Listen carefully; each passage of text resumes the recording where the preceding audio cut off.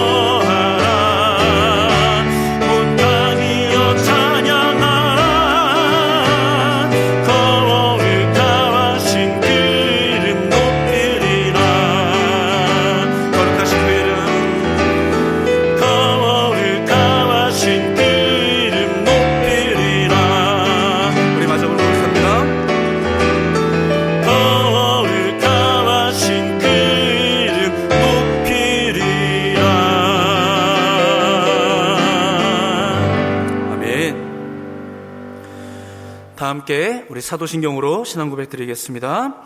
나는 전능하신 아버지 하나님 천지의 창조주를 믿습니다. 나는 그의 유일하신 아들 우리 주 예수 그리스도를 믿습니다. 그는 성령으로 잉태되어 동정녀 마리아에게서 나시고 본디오 빌라도에게 고난을 받아 십자가에 못 박혀 죽으시고 장사된 지 사흘 만에 죽은 자 가운데서 다시 살아나셨으며 하늘에 오르시어 전능하신 아버지 하나님 우편에 앉아 계시다가 거기로부터 살아있는 자와 죽은 자를 심판하러 오십니다. 나는 성령을 믿으며 거룩한 공교회와 성도의 교제와 죄를 용서받는 것과 몸의 부활과 영생을 믿습니다. 아멘. 자, 이제 다 자리에 앉으셔서 찬송가 15장을 함께 찬양하도록 하겠습니다.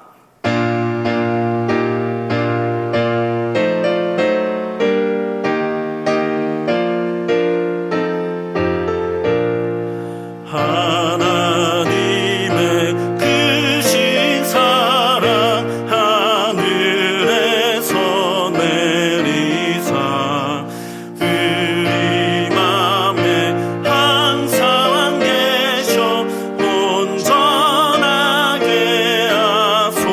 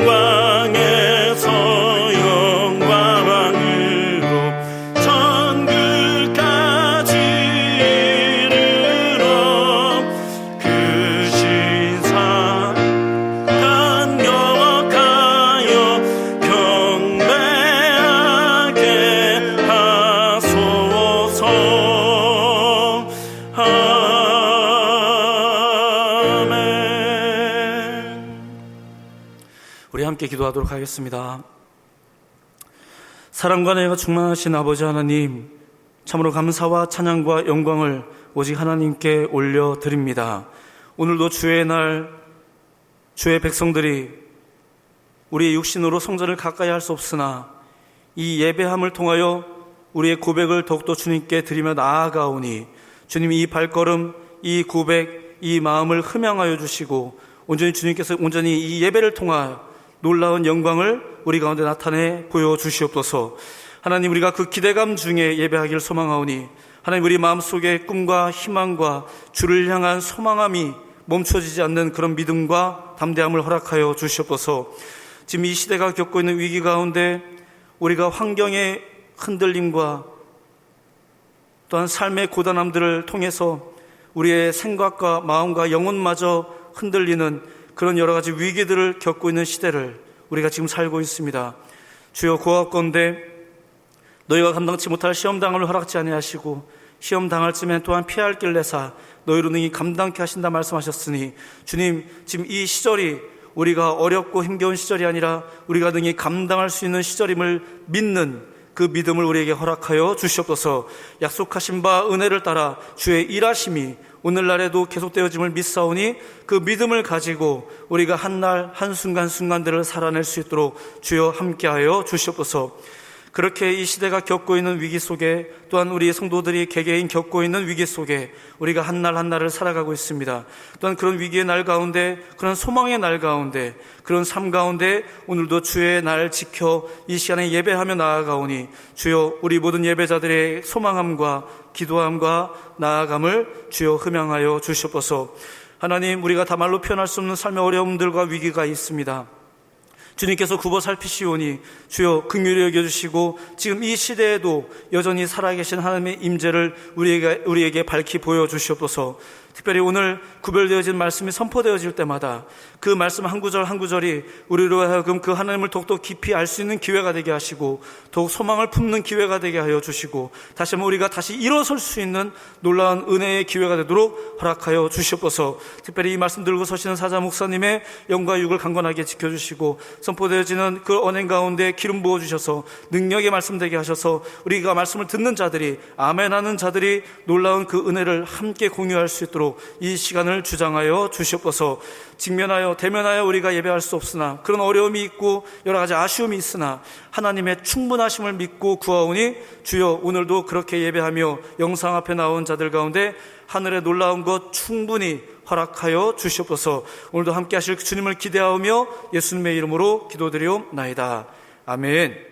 자, 이 시간 찬송가 50장 우리 1절만 찬양하시면서 준비하신 예물을 하나님께 구별해 드리도록 하겠습니다.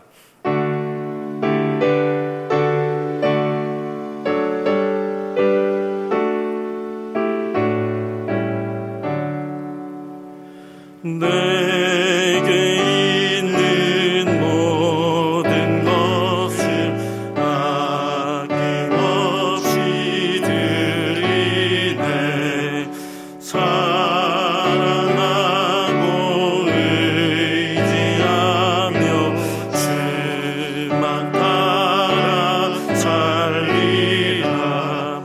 주께 드리네. 주께 드리네. 사랑하는 그 주 앞에 모두 드리네. 아멘.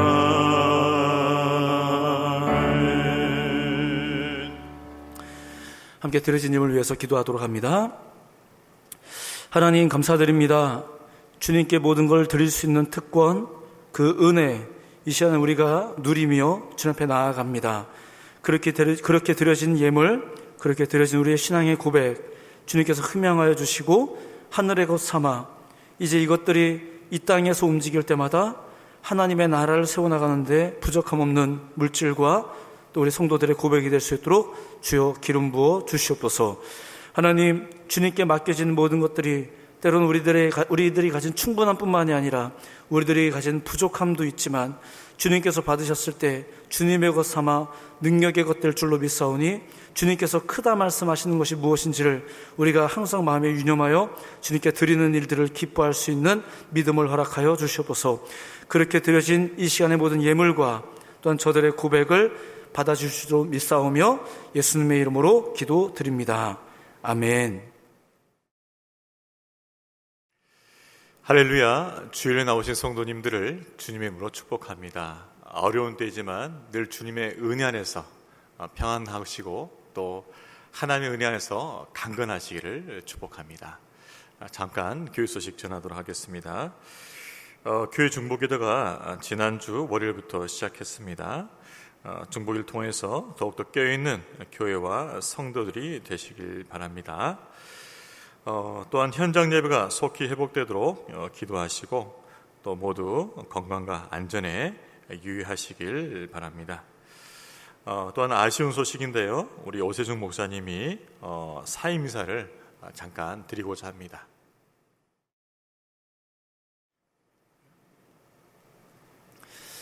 네, 영상으로 이 소식을 전해드리게 되어서 무척 죄송한 마음이 큽니다.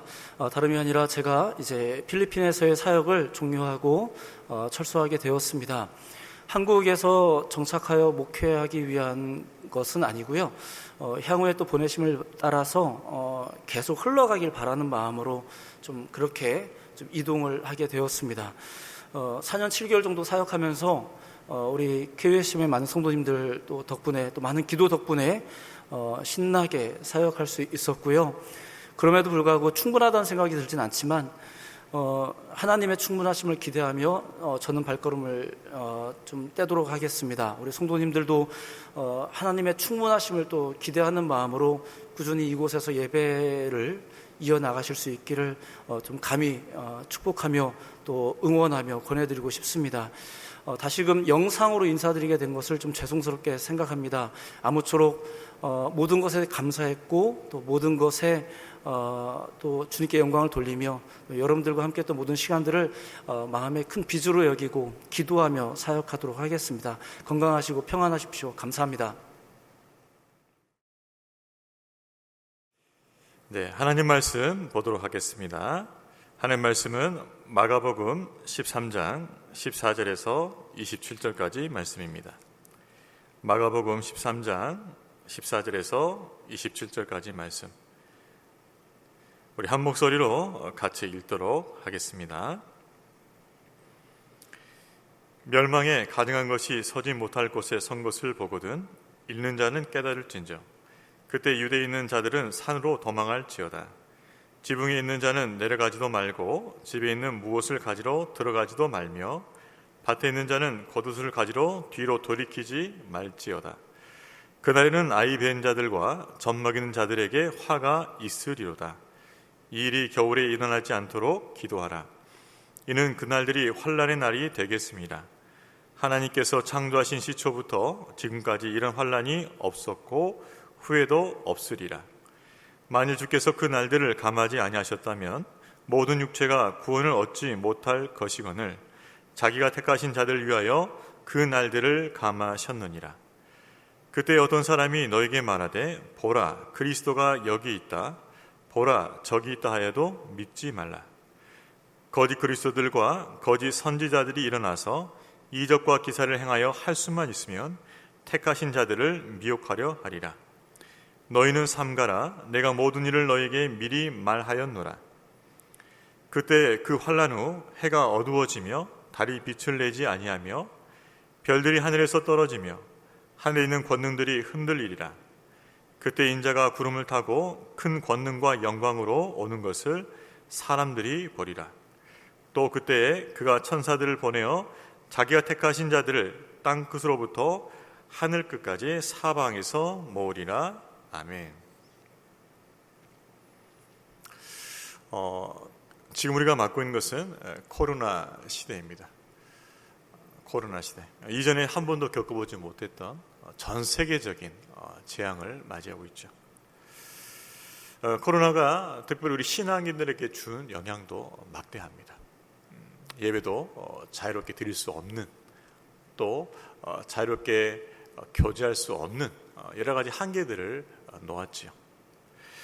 그러나 이것을 또한 긍정적으로 측면에서 우리가 더 바라본다면 코로나가 우리 신앙인들에게 준 영향 중 하나는 뭐냐면 종말의식을 갖게 했다는 것입니다. 종말의식.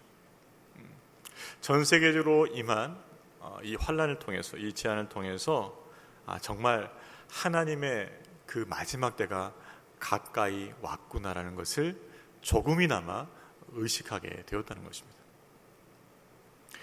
물질주의로 또 향락주의로 물들어가던 교회와 성도들에게 일종의 경종을 준 것이죠. 그리고 마지막 때를 생각하게 하고 마지막 때를 준비하게 한다는 것입니다. 즉 다시 깨어있게 한다는 것이죠. 지난주에 오늘 본문도 마지막 때에 대한 예수님의 언급입니다. 마지막 때에 일어날 그 환난에 대한 예수님의 말씀이 계속해서 이어지고 있습니다. 제자들에게 지금 예수님께서 말씀하고 있습니다. 장차 일어날 그 종말적인 재난, 그 환난을 예언하신 예수님은 이제 구체적으로 그 환난의 시작, 그 재난의 시작이 될 예루살렘 성전의 파괴에 대해서 예언하고 계십니다. 언제 파괴될 것인지 그것을 구체적으로 가르쳐 주시죠. 바로 그것은 성전에 있어서는 안 될 멸망에 가증한 것이 서는 것을 볼 때 성전 파괴가 일어날 것일 것을 말씀하고 계십니다. 그때 유대에 믿는 자들은 빨리 산으로 피할 것을 당부하고 계시죠. 우리 14절 말씀 한 번 더 읽어보도록 하겠습니다. 14절 말씀. 멸망에 가증한 것이 서지 못할 곳에 선 것을 보거든 읽는 자는 깨달을진저 그때 유대에 있는 자들은 산으로 도망할지어다. 멸망에 가증한 것이 서지 못할 곳에 선 것을 보거든. 무슨 뜻일까요? 이 당시 예수님께서는 유대인들을 향한 말씀을 전하고 있습니다. 자, 그런데 예수님의 가르침은 1세기 유대인들이 주는 경고의 메시지로 해석을 해야 할 것이죠. 그래서 멸망에 가증한 것이 선 것을 본다는 것은 어떤 과거의 사건이라기보다는 아주 먼 미리 있는 사건이라기보다는 그 당시에서 일어날 수 있는 사건으로 좀 더 좁혀서 해석할 필요가 있습니다. 멸망에 가증한 것에 대한 최근의 연구를 통해서 이 부분을 조금 더 분명히 할 수 있었는데요. 그것은 유대인 전쟁 중에 일어났던 한 사건을 가리킨 것이 아니냐라고 학자들의 의견이 모아지고 있습니다. 유대인 역사가 요세푸스가 기록했던 일입니다. 유대인 전쟁, 즉 주후 66년에서 28년까지 일어났던 유대인 전쟁이 있었는데요. 그 전쟁 중에 열심 당원들이 성전에 들어와서 성전을 훼손한 사건이 있었습니다. 그때 열심 당원들이 투쟁한다고 기샬라의 요한의 그 지휘 아래 성전에 난입해서 점령한 후에 그것을 성전을 자신들의 전투 지휘소로 삼았어요. 그래서는 안 되는 것인데, 그래서 더러운 발로 거룩한 곳에 들어갔으며 또 자기들 마음대로 대제사장을 임명했습니다. 그것이 멸망에 가증한 것이 아니겠냐라는 해석이 있어요. 어찌됐든 멸망에 가장 선 것을 보았을 때, 하나님의 거룩한 성전이 훼손된 것을 보았을 때 바로 그때부터 종말의 시작을 알린다는 것이죠. 그 종말의 시작을 알리는 성전의 파괴와 멸망이 바로 곧 닥친다는 것이죠. 자, 이 성전의 파괴와 멸망은 무엇을 의미하는 것일까요? 그것은 눈에 보이는 성전이 영원한 피난처가 될 수 없다는 것입니다. 물론 그전에 예수님께서 그 성전 안에서 일어나는 가증한 일들, 인간의 그 탐욕, 강도의 속을 같은 그 성전의 타락함을 보면서 분명히 성전의 심판을 예고하셨어요. 그러나 궁극적으로 보이는 성전이 우리 인간들에게 영원한 피난처가 될 수 없다는 거죠. 바로 예수님, 새 성전 되신 예수님이 우리의 참 성전이시며 우리의 영원한 피난처라는 것을 말해주고 있는 것이죠. 그렇습니다. 예루살렘 성전은 파괴되고 멸망되었지만 새 성전 되신 예수께서 우리의 참 성전이요 우리의 영원한 피난처가 되신다는 거죠. 여러분, 지금 좀 어려운 삶을 살 때 우리가 들어갈 성전은 무엇이며 우리가 피해야 할 피난처는 무엇일까요? 바로 우리의 주 예수 그리스도인 줄로 믿습니다. 그분이 우리가 참 들어갈 성전이며 그분이 우리가 피해야 할 참 피난처가 되시는 거죠. 바로 예수 그리스도는 우리의 성전이요 우리의 피난처가 되십니다. 이 어려움과 환난을 지나면서 우리의 참된 성전이요 우리의 참된 피난처 되시는 예수 그리스도 안으로 더 깊이 들어가시기를 축복합니다. 자, 그러면 멸망에 가증한 것이 서지 못할 곳에 서서 이제 재난의 시작을 알렸을 때, 재난이 곧 임박했음을 알렸을 때 성도들이 어떻게 태도를 취해야 될까요? 15절, 16절 말씀도 우리 같이 한번 읽어보겠습니다. 지붕 위에 있는 자는 내려가지도 말고 집에 있는 무엇을 가지러 들어가지도 말며 밭에 있는 자는 겉옷을 가지러 뒤로 돌이키지 말지어다. 무엇입니까? 집안의 물건들을 집착하지 말고 속히 도망하는 것이죠. 그것들을 염두에 두고 무엇을 가져갈까 그렇게 생각하고 하다 보면 때를 놓친다는 거죠. 여러분, 화재를 생각해 볼까요? 지금 집이나 어떤 사업체에 지금 불이 났습니다. 지금 내 생명이 위태해요. 그래도 불구하고 뭔가를 꺼내려고 위험하게 그 화재 현장으로 들어가면 어떻게 되겠습니까? 목숨이 위태하지 않겠습니까? 똑같다는 거죠. 그렇게 극심하고 그렇게 긴박한 환난이 닥칠 터인데 너의 영혼 구하는 것이 가장 급선무라는 거예요. 여러분, 마지막 때 종말 때 우리가 가장 중요하게 여길 것이 무엇인지 아십니까? 바로 우리 영혼의 구원이에요. 그리고 다른 영혼의 구원입니다. 우리가 만약 다른 것에 더 집착하고 다른 것에 더 신경을 쓰고 다른 일 하다가는 자칫 잘못하면 우리 영혼도 다른 사람의 영혼도 구원받지 못할 수 있다는 거죠. 바로 그것을 말하고 있는 거죠. 16절에 보게 되면은 또 밭에 있는 자에게는 어떤 태도를 요구합니까? 밭에 있다는 건 뭐예요? 일하고 있다는 거죠. 일하고 있다 보니까는 겉옷을 저 한 구석에 놨을 거예요. 근데 긴박한 환란이 닥치는 걸 보면은 그 겉옷조차도 내버려 두고 피하라는 거죠. 그만큼 그 환란이 긴박하다는 것입니다.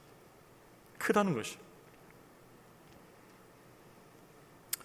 아이 뵌 자들과 젖먹이들에게 화가 있다는 것은 워낙 긴박한 환란이다 보니까는 거동이 불편한 사람들에게는 큰 위험이 닥친다는 거죠. 아이를 배웠기 때문에 또 아이를 젖먹이기 때문에 거동이 불편하니까 그 임박한 환란을 피하기가 더 어려워진다는 것이죠. 또 일이 겨울에 나지 않도록 기도하라는 것은 그것이죠. 겨울에는 이스라엘 겨울 1~2월인데요. 우기예요. 우기 중에서 가장 비가 많이 내리는 우기입니다. 비가 많이 내리고 추워요. 그러니까는 거동하기가 불편해요. 이동하기가 불편해요. 그래서 그날이 겨울이 되지 않도록 너희가 기도해야 된다고 말한 것이죠. 마지막 때 이 말 환난은 이렇게 극심하고 긴박하다는 것을 예수님께서는 강조하고 계시죠. 성경에는 하나님께서 주신 그 구원의 기회를 놓친 사람들의 이야기가 나옵니다. 구원의 기회를 놓친 사람들의 이야기가 나와요. 대표적인 것이 바로 롯의 아내입니다. 하나님께서 천사를 보내셔서 소돔과 고모라의 멸망을 예고하셨어요. 그래서 롯에게 속한 자들은 구원하기로 하시고 이제 불의 심판에 앞서서 빼내십니다.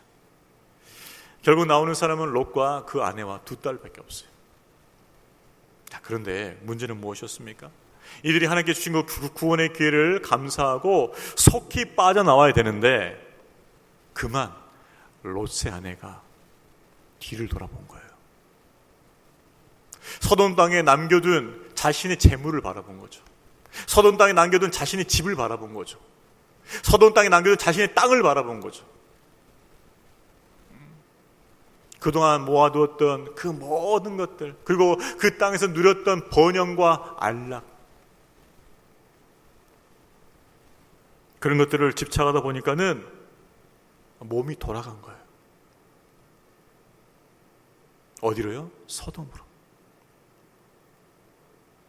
마음이 돌아간 거죠. 그래서 소금기둥이 되는 심판을 당합니다. 여러분, 하나님께서 구원의 길을 주실 때, 구원의 때를 주실 때는 구원에만 집중해야 됩니다. 다른 것에 더 마음을 쓰고 그것에 집착하다 보면 자칫 잘못하면은 구원의 기회를 놓친다는 거예요. 기억하십시오. 화재가 났을 때 가장 중요한 것은 우리 목숨입니다. 똑같아요. 하나님의 그 진노의 불이 임할 때는 가장 중요한 것은 영혼 구원입니다. 마지막 때가 되면 불타 없어질 세속적인 것들에 집착한 태도를 내려놓으라고 예수님께서 말씀하신 거죠. 긴박하게 대표할 만큼 극심한 환란이 닥쳐올 것인데, 근데 그 환란이 매우 크다고 말씀하셔. 그래서 하나님께서 자기 백성들을 향해서 긍휼과 자비를 베풀지 않으면 그 환란을 끝까지 견딜 수 있는 사람이 없다고 또 말씀하십니다. 그 환란이 중하고 그 환란이 정말 길어진다면 끝까지 남을 자가 한 사람도 없다는 거예요. 그러나 예수님께서는 택한 백성들을 위해서 그 환란을 단축할 거라고 말씀하십니다. 우리 19절과 20절 말씀 같이 읽습니다. 이는 그날들이 환란의 날이 되겠습니다. 하나님께서 창조하신 시초부터 지금까지 이런 환란이 없었고 후에도 없으리라. 만일 주께서 그 날들을 감하지 아니하셨다면 모든 육체가 구원을 얻지 못할 것이거늘 자기가 택하신 자들 위하여 그 날들을 감하셨느니라. 여러분, 우리 하나님은요, 심판 중에도 긍휼을 베푸시는 하나님이신 줄로 믿습니다. 좋으신 분이셔요. 심판 중에도 긍휼을 베풀어 주셔요. 우리 인간들이 죄로 말미암아 이 땅을 분명히 심판하시면서 환난을 주십니다. 그러나 그 환난 중에서도 택하신 자들을 불쌍히 주셔서 그 환난의 날을 감해 주신다, 줄여 주신다는 거죠. 만약에 그 환난을 감하지 아니하시고 그대로 다 적용하신다면 구원받을 자가 없다는 거죠. 하나님께서는 우리 연약함을 아시고 그 극심 환난을 다 받는다면 구원받을 자가 없다는 것 또한 아셨기 때문에 그렇습니다. 여러분, 이 말씀은 우리에게 소망이 됩니다. 하나님은 징계와 심판 중에도 긍휼을 베푸시는 분이시구나. 여러분, 우리가 우리 죄로 말미암았건 아니 하나님께서 우리의 연단의 목적 우리에게 고난을 주셨든 간에 그 고난은 감당할 만한 것이라는 거예요.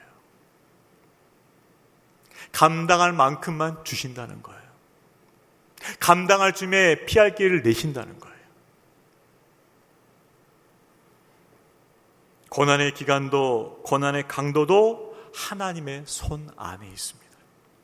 그런데 그 계획 속에 택하신 백성을 향한 하나님의 긍휼과 자비가 여전히 있다는 거죠.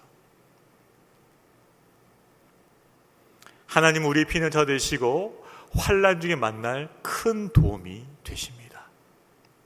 우리가 지금 여러 가지 어려움, 또 앞으로도 우리가 겪을 여러 가지 인생의 풍파가 있겠지만 우리를 긍휼히 해주시고 살펴주시고 돌보아주시는 주님의 긍휼과 자비를 끝까지 소망하시기를 주의 이름으로 축원합니다.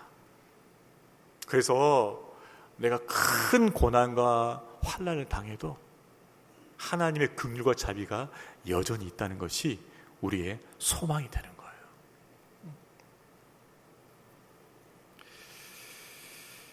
자, 마지막 때 어떤 일이 벌어진다고 합니까?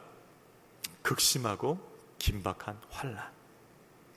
그래서 뭐예요? 깨어 있어야 된다는 거죠. 자, 두 번째는 이것입니다. 밖으로는 극심한 환난, 긴박한 환난이 닥쳤는데 안으로는 이것은 이 안이라는 것은 뭡니까? 교회 안까지 포함되는 거죠. 안으로는 거짓 그리스도들과 거짓 선지자들이 뭐예요? 성행한다는 거죠. 판을 친다는 거예요. 백성들을 미혹하기 위해서, 택하신 백성들을 미혹하기 위해서 이적과 기사를 많이 행할 것이라고 말씀하십니다. 우리 22절 말씀 같이 읽어볼까요? 거짓 그리스도들과 거짓 선지자들이 일어나서 이적과 기사를 행하여 할 수만 있으면 택하신 자들을 미혹하려 하리라.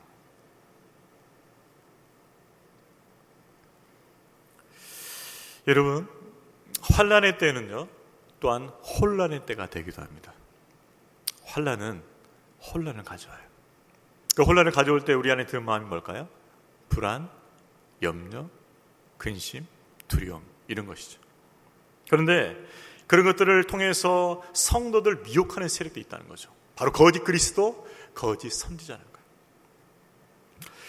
그들이 이적과 기사, 즉 능력을 행한다는 거죠. 여러분 기억하십시오. 사단도 큰 능력을 가지고 있어요. 사단도 큰 능력을 가지고 있습니다. 그래서 그 큰 능력을 거짓 그리스도와 거짓 선지자에게 준 거예요. 그래서 거짓 그리스도와 거짓 선지자들도 능력과 기적을 할 수 있다는 거죠. 표적을 베풀 수가 있어요. 사람이 할 수 없는 놀라운 일도 행할 수 있습니다. 그래서 우리가 능력과 표적과 기사에 속아서는 안 된다는 거예요. 사람들이 불안하고 두려울 때는 보이는 무언가를 잡고자 하죠. 보이는 무언가를 쫓고자 하죠. 바로 그 연약한 마음을 이용하는 거죠. 누가? 거짓 그리스도와 선지자들이. 그래서 능력과 기사를 베풀면 사람들이 모이게 만드는 거예요.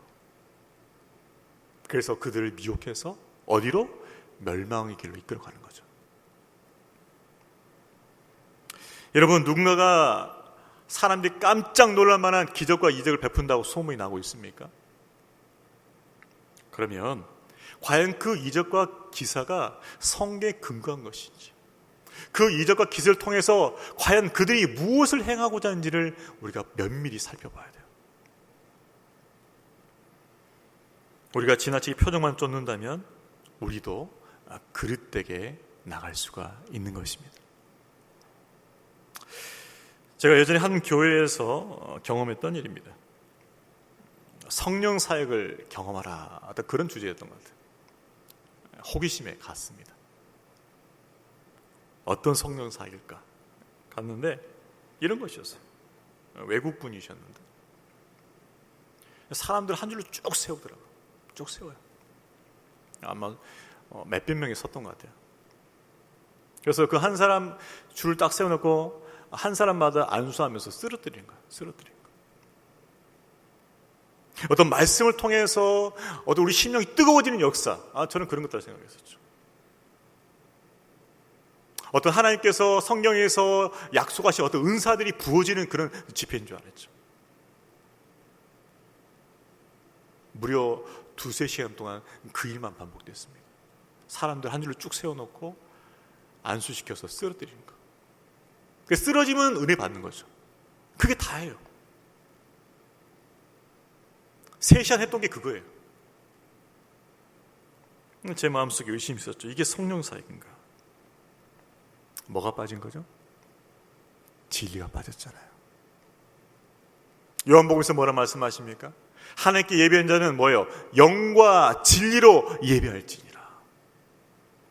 자칭 성령의 사역이라고 쓰러뜨리고 있죠. 근데 뭐가 빠졌어요? 진리가 빠졌잖아요. 예수 그리스도의 복음이 없잖아요. 예수 그리스도의 그 구원의 선포가 없잖아요. 죄인들 택하신 받은 그 구원받는 자들 하나님의 놀라우신 계획과 그 뜻이 없잖아요.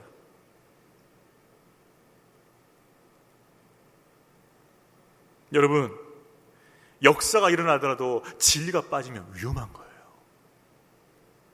아무리 성령의 역사가 있고 큰 역사가 있고 큰 능력이 나타난다 할지라도 그 안에 진리가 없다면, 진리의 말씀이 없다면 위험한 겁니다. 그걸 분별할 수 있어야 돼요.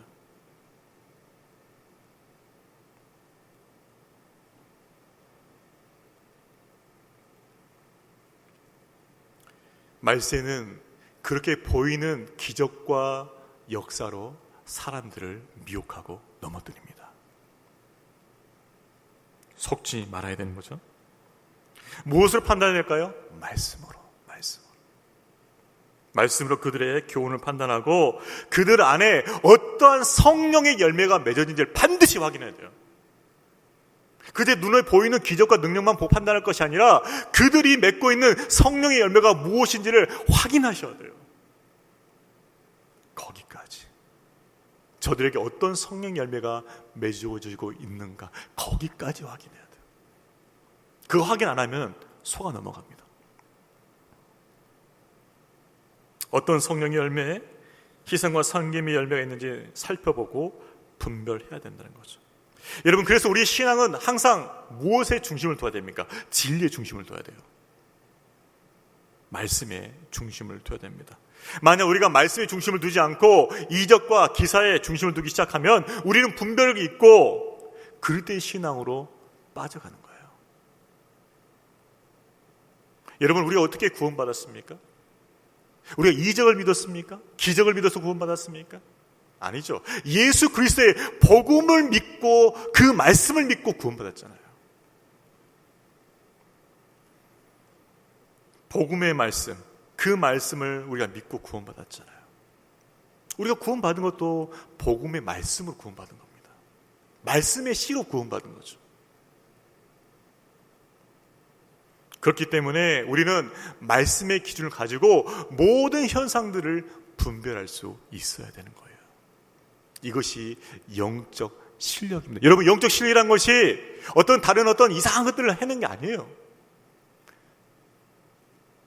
말씀으로 분별할 수 있는 그 능력이 영적 실력이라는 거예요. 하나님 말씀을 부지런히 배우고 익혀서 여러분의 영적 감각과 분별력을 예리하게 다듬으시기를 주의 이름으로 축원합니다. 말씀을 통해서 여러분의 영적 감각과 분별력을 예리하게 다듬어 놔야 돼요. 그래야만 분별할 수 있어요. 근처에 마트에 가보니 위조 지폐가 있더라고요. 조심하라고 진열해 놨겠죠. 위조 지폐, 그렇죠? 시중에 위조 지폐가 있어요. 자, 근데 위조 지폐를 분별하는 감별사들이 있습니다. 감별사들. 자, 이 감별사들이 어떻게 위조 지폐를 분별할까요? 쉬워요. 진짜 지폐를 계속해서 만지는 거예요. 밥 먹고 하는 일이 그거밖에 없습니다. 밥 먹고 계속 만져요. 여기는 이렇게 그려졌고 여기 그려졌고 느낌 어떻고, 이거를 손의 감각으로 철저히 익히는 거예요. 눈의 감각을 익히는 거죠. 그러니까 눈과 손이 완전히 지폐에 대한 감각으로 익혀지는 거예요. 고도의 감각을 갖는 거죠. 그래서 나중에는 테스트로 위조 지폐를 딱 던져봐요. 그러니까 진짜 지폐하고 위조 지폐를 섞어서 줘봐요. 그러면 이 사람들이 만지면서 감을 잡습니다. 보기에는 별 차이가 없어요. 근데 만지면서 느낌이 다른 거예요. 이상하다. 그래서 그걸 따로 빼가지고 더 자세히 조사하면서 위조 지폐를 발견해내는 거죠. 똑같습니다. 영적인 거짓, 그 미혹을 어떻게 분별할까? 그것은 진리의 말씀으로 고도의 감각을 훈련시켜 놓는 거예요. 진리의 말씀으로 영적인 감을 익혀놓으면 거짓 교훈을 들어도 느낌이 오는 거예요. 당장 정확하게 내가 이거 신학적으로 분석을 못하지만은 이거 뭔가 아니다라는 그 감은 잡을 수 있다는 거죠. 그래서 감을 잡는 거죠. 그래서 일단 마음으로 경계하는 거죠. 그것을 더 조사해 보는 거죠. 그래서 그것이 거짓한 것을 밝혀내는 거죠. 그게 어떻게 온다고요? 말씀에 대한 감각을 고도로 예민하게 만들어 놓을 때 가능한 거예요. 그러니까 평소에 말씀으로 훈련이 안 된 사람들은 몰라요. 그냥 좋다, 좋은 말씀이다, 은혜가 있다, 이렇게 끝나버린다는 거죠.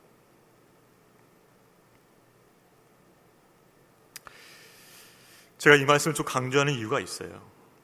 최근에 이제 저에게도 온라인으로 계속 예배드리고 그러면서 아마 우리 성도들 중에서도 분명히 온라인으로 다른 여러 목사님이나 강사들의 말씀을 많이 들을 기회가 있을 것입니다. 그런데 우리가 주의할 필요가 있어요. 저는 다른 목사님들이나 강사분들 말씀 듣는 거 저는 괜찮다고 생각합니다. 괜찮다고 생각해요. 하지만 중요한 건 무엇이냐 하실까요? 잘 분별해야 된다는 거예요. 왜 그럴까요? 말세는요, 성도에게 다가오는 미혹이 뭐냐면 자기 귀에 좋은 말씀만 듣고자 하는 경향이 있거든요.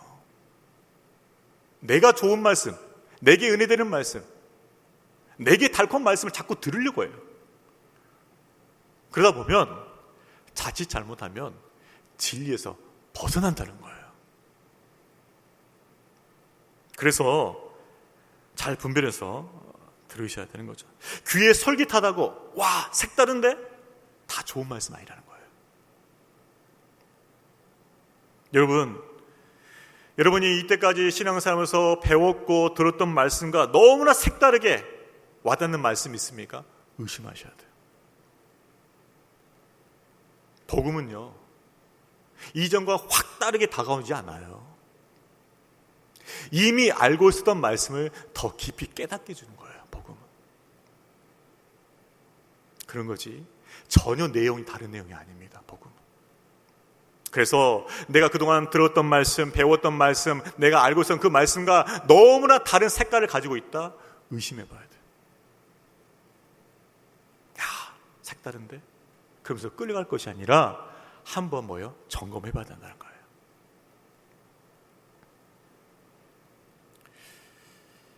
여러분, 중요한 게 뭘까요? 여러분의 말씀의 실력이에요. 말씀을 부지런히 배우고 또 익혀서 말씀을 통해서 영적 분별력을 잘 키우시길 바랍니다. 그래서 거짓 선지자와 거짓 교훈을 분별해서 미혹되지 않기를 바랍니다. 예수님께서 당부하신 말씀이에요.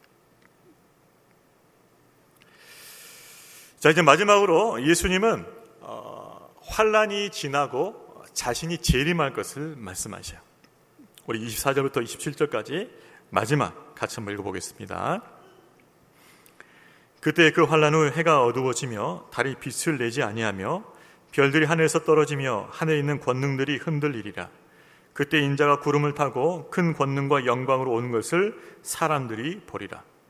또 그때 그가 천사들을 보내어 자기가 택하신 자들을 땅끝으로부터 하늘 끝까지 사방에서 모으리라. 26절 보게 되면 인자가 구름을 타고 큰 권능과 영광으로 오는 것을 사람들이 보리라고 말씀하십니다. 즉 예수님의 재림은 공개적이라는 거죠. 그래서 여기 있다 저기 있다 말할 게 아니라는 거예요. 여기 있다 저기 있다 말하면 그것은 분명히 거짓 그리스도라는 거죠. 왜요? 예수님의 재림은 분명하고 공개적이기 때문에 그렇습니다. 모든 세상이 볼 수 있게 공개적으로 임하실 거예요. 그래서 어디선가 그리스도 왔다? 속지 마세요. 예수 그리스도의 재림은 공개적입니다. 모든 사람 만방이 알 정도로 공개적으로 임하실 거예요. 오늘 말씀하시잖아요. 비록 예수님께서 죄인들의 구주가 되기 위해서 죄인들의 모습으로 이 땅에 오실 때는 초라하게 오셨어요.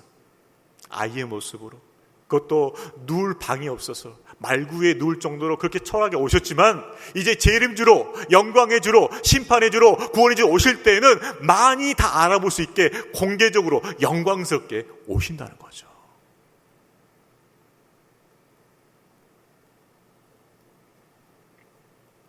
그 재림의 모습은 권능과 영광으로 충만한 모습입니다. 아마 사람들이 많이 두려워하고 떨게 될 거예요. 자, 분명히 예수님의 재림이 공개적으로 영화롭게 임한다 치면 우리는 어떻게 될까요? 바로 그것을 소망하고 대비해야 한다는 것이죠. 참빛 영광 위로 오시는 예수님 앞에서 해와 달과 별들과 하늘의 권능도 다 흔들리고 떨어진다고 합니다. 이것은 구약적 배경 속에서는 하나님의 심판의 의미예요. 해와 달과 별과 하늘의 권능들이 흔들리고 떨어진다는 것은 바로 예수님의 심판을 말하는 거죠. 심판주로서는 예수님 앞에서 그것들이 떨어지는 것을 의미하는 거예요. 예수님께서 재림하실 때는 천재의 대이변과 함께 악한 영들, 또 그 영들에서 주관되었던 그 영혼들을 심판하실 것입니다. 자, 그러면서 또한 예수님은 구원주로 오시죠. 택하신 모든 자들을 사방에서 다 모아서 예수님께로 불러드릴 것입니다. 여러분, 마지막 때를 대비하는 그리스도인이 가져야 할 모습은 무엇일까요? 그것은 인내와 소망입니다. 인내와 소망이에요. 그 때까지 그 환난의 때를 견디는 인내가 필요해요. 그리고 뭡니까? 소망이에요. 예수님께서 큰 영광 중에 큰 권능 중에 다시 오실 그 날을 소망하는 거예요. 그 날에 나를 불러주실 것을, 내게 상급을 주실 것을, 나를 안아주실 것을 소망하는 거죠. 여러분, 혹시 큰 상을 받아볼 때 이름 불린 적 있으신가요? 정말 기뻐요. 누구 무슨 상입니다. 얼마나 기쁩니까? 이름 불러줄 때 나가서 상 받고 얼마나 기쁨이고 영광이에요. 근데 마지막 예수님 재림 때가 그렇다는 거죠. 누구야? 나와라. 그동안 수고했다. 너 잘 인내했다. 끝까지 잘 달려왔구나. 내가 너에게 영광의 면류관을 씌워준다. 그게 얼마나 기쁨과 영광이 되겠습니까? 얼마나 감격스럽겠습니까? 자, 그렇게 주님께서 우리를 칭찬하시고 우리에게 생명의 면류관을 씌워주실 때 우리의 마음 가운데는 어떤 생각이 들까요? 그래, 내가 헛되게 살아온 건 아니구나. 내 믿음 생활이 헛되지 않았구나. 주님의 은혜로 끝까지 잘 달려왔구나. 그런 마음이 들지 않을까요? 나팔불 때의 나의 이름, 나팔불 때 나의 이름, 그 이름 부를 때 잔치 참여하겠네. 주님께서 우리 이름을 불러주시는 그것이 우리의 진정한 소망이 되될 줄로 믿습니다. 여러분, 무엇이 진정한 소망일까요? 나팔불 때 나의 이름, 나의 이름이 불려지는 것이 진정한 소망이라는 거예요. 주님 다시 오시면요, 이 땅에 썩어질 것들은 다 불이 타 없어집니다. 진정한 소망은 주님 다시 오시는 그 주님 재림할 때 나팔 소리 들릴 때 그 나팔 소리와 함께 나의 이름이 불려지는 거예요. 나의 이름 부를 때 잔치 참여하겠네. 그것이 우리의 진정한 소망이라는 거죠. 영원한 소망입니다. 그 소망이 저와 여러분의 있기를 주의 이름으로 축원합니다.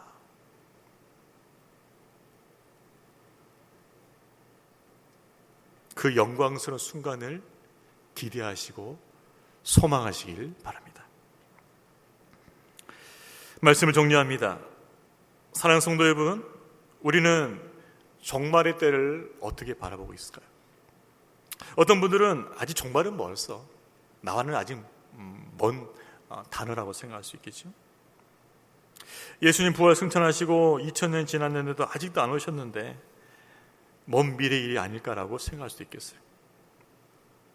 그러나 성경에서는 재난이 반복되고 그 재난의 강도가 심해지면은 곧 임박했다고 알고 있으라고 경고하고 계십니다. 재난이 반복되고 그 강도가 심해지면 그 때가 가까이 왔음을 경고하고 계셔요. 근데 바로 지금이 바로 그때예요. 재난이 겹치고 그 강도가 심해지고 전 세계적으로 그 재앙 안에서 신음하고, 무엇을 말합니까? 그 때가 임박했다는 거예요. 마지막 때 주님의 때가 더 가까이 왔음을 우리에게 분명히 경고하고 계십니다. 그래서 임박한 그 종말에 대한 깨어있는 우리의 모습이 필요하다는 거죠. 깨어있으면서 주님을 바라보아야 된다는 것이죠. 현재 또 우리가 당하는 그 환난과 고난 가운데서 잘 인내하고 또한 주님의 긍휼과 자비를 바라보시길 바랍니다. 또한 이 틈을 타서 우리를 미혹하는 사단의 세력들, 그 거짓 그리스도 거짓 선지자들의 미혹을 잘 분별하시길 바랍니다. 그리고 다시 오실 그 영광의 주님을 소망하시길 바랍니다. 바로 이것이 마지막 때에 사는 그리스도의 모습인 것이죠. 이 모습으로 주님 앞에 서게 되기를 주의 이름으로 축원합니다. 우리 다 같이 일어나셔서 이 찬양 통해서 우리 주님 앞에 나가겠습니다. 여러분, 우리가 당하는 환난과 핍박이 있습니다. 종말 때가 될수록 이 환난과 핍박이 더 심해질 거라고 말합니다. 그렇지만 이 환난과 핍박 중에서 예수님께서 우리 성도들에게 말씀하신 것이 무엇입니까? 인내하라, 인내하라. 믿음의 인내로 지키라. 그리고 시험 당한 중에 주님께서 우리에게 긍휼과 자비를 베풀어 주셔서 그 환난의 강도나 그 환난의 시간이나 이 모든 것들을 우리가 감당할 만큼만 주겠다고 약속하셨습니다. 여러분, 환난과 핍박 가운데 있으면서도 주님은 여전히 우리와 함께 하십니다. 우리가 당하는 이 환난 중에서도, 우리가 당하는 이 핍박 중에서도 우리 주님은 함께 하십니다. 그 주님의 긍휼과 자비로서 우리 삶을 지키시고 돌보고 계십니다. 그 주님을 바라보면서 인내해야 할 것입니다. 믿음을 지켜야 할 것입니다. 끝까지 믿음 안에서 충성해야 할 것입니다. 그러면 주님께서 다시 재림하실 때, 다시 오실 때 착하고 충성된 종아, 너가 참으로 잘하였다, 그러면서 우리의 이름을 불러주실 것입니다. 그 이름의 부르심을 받아서 우린 천국잔치로 들어갈 것입니다. 그 영광의 소망을 즐거워하면서 지금의 고난을 인내할 수 있는 믿음의 성도들이 되시길 바랍니다. 이 찬양 부르겠습니다. 환난과 핍박 중에도 성도는 신앙을 지켰네. 주여 우리의 신앙을 지켜주옵소서. 그 고백 속에서 찬양하겠습니다.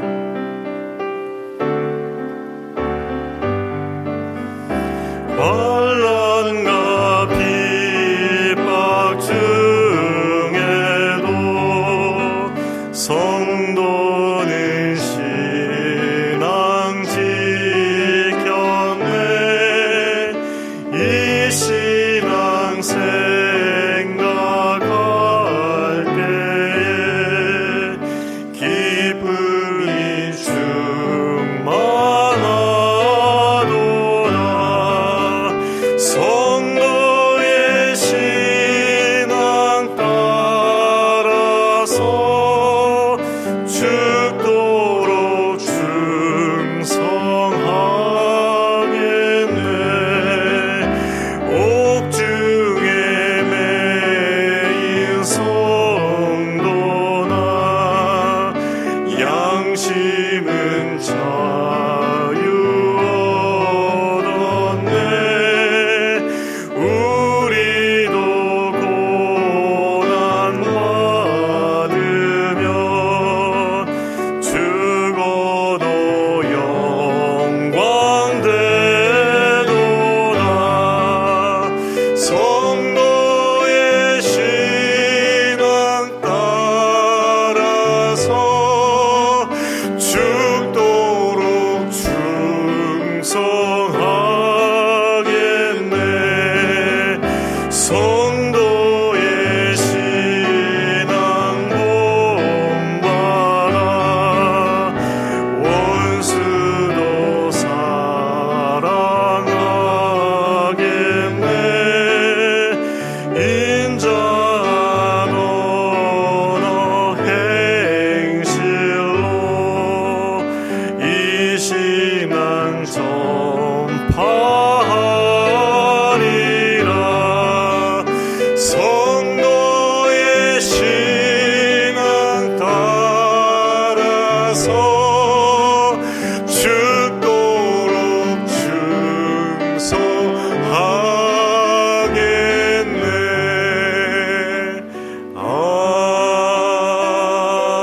아멘. 우리 시간 같이 한번 기도하길 원합니다. 이렇게 기도할까요? 주님, 마지막 때에 가까워하였음을 분명히 깨닫게 하여 주시옵소서. 늘 깨어서 항상 주님을 바라보게 하여 주옵소서. 현재 당한 환난과 고난 가운데 믿음으로 잘 인내하게 해주시고 그 가운데 함께 하시는 주님의 긍휼과 자비를 바라보게 하여 주옵소서. 혼란의 틈을 타고 역사하는 사단의 거짓 미혹을 잘 분별하게 해주시고 다시 오실 영광의 주님을 바라보고 구원의 소망 가운데 거하게 하여 주시옵소서. 우리 주여 한번 외치고 우리 같이 한번 동서로 기도하겠습니다. 주여, 하나님 아버지 감사합니다. 오늘 또 종말의 때 하나님께서 우리 관해서 우리의 신앙에 대해서 말씀해 주심을 감사합니다. 아버지 하나님, 정말 재난이 반복되고 있고 또 그 신앙이 더욱더 아버지 그 강도가 깊어짐을 통하여서 아버지 지금이 마지막 때임을, 그 마지막 때에 더 가까이 와서 우리 가운데 알게 해주셨는데 분명히 경고하고 주고 계시는데 아버지 깨어있게 하여 주시옵소서. 깨어서 항상 둘이 주님만 바라보게 하여 주옵소서. 아버지, 우리가 당한 현재의 그 고난 가운데 믿음으로 잘 견디고 인내하게 해주시고 함께 하시는 주님의 긍휼과 자비를 끝까지 바라보며 붙들게 하여 주시옵소서. 아버지, 이때 이 혼란의 때 아버지 틈을 타고 역사하는 거짓 선지자들과 거짓 교훈들이 있습니다. 아버지, 그것들을 잘 분별할 수 있도록 영적 분별을 갖게 해주시고 무엇보다는 말씀을 통하여서 아버지 말씀의 불멸함을 통하여서 그것들을 아버지 하나님 물리치게 하여 주시옵소서. 아버지, 다시 오실 그 영광의 주님을 소망하면서 우리가 구원의 소망을 굳게 붙들길 간절히 원합니다. 오 주님, 영광의 주님을 바라보게 해주시옵소서. 주님께서 다시 오셔서 내 이름을 불러주시는 것, 우리 이름을 불러주시는 그 영광의 소망 가운데 즐거워하게 해주시고 그 나라를 진정 소망하는 그 소망 가운데 가할 수 있도록 우리 가운데 함께하여 주시옵소서. 아버지, 종말의 때 아버지 이런 모습으로 깨어있게 도와주시고 이런 모습으로 주님 맞이함을 통하여서 영원한 나라, 그 영원한 하나님 나라로 들어갈 수 있도록 우리의 삶을 축복하여 주시옵소서. 우리의 믿음을 축복하여 주시옵소서. 주여 인도하여 주시옵소서.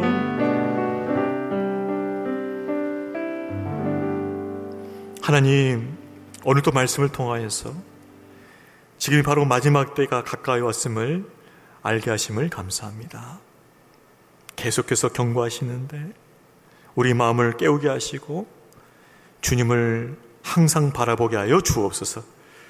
현재 우리가 당한 환난과 고난 가운데서 믿음으로 잘 견디며 인내하게 해주시고 그 가운데서도 우리 형편을 살피시고 우리에게 긍휼과 자비를 베풀어 주시는 우리 주님을 소망하게 하여 주시옵소서.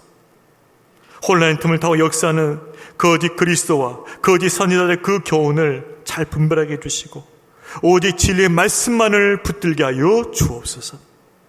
다시 오실 영광의 주님, 그 주님께서 내 이름 불러주실 때 내가 공중에 들리워서 저 천국잔치에 참여하고 영원한 하늘나라에 들어갈 것을 소망하게 해 주옵소서. 그 영광을 소망하며 즐거워하는 참 소망을 붙들며 살아가는 그리스도인이 되게 하여 주시옵소서. 감사드리며 예수님의 이름으로 기도합니다. 아멘.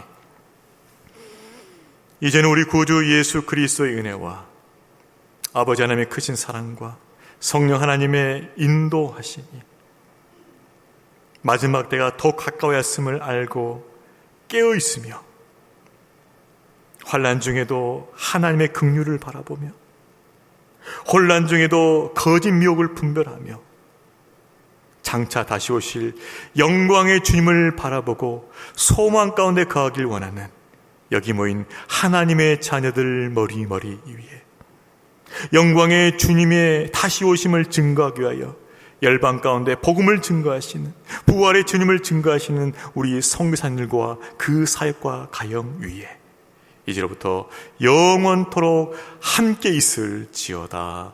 아멘.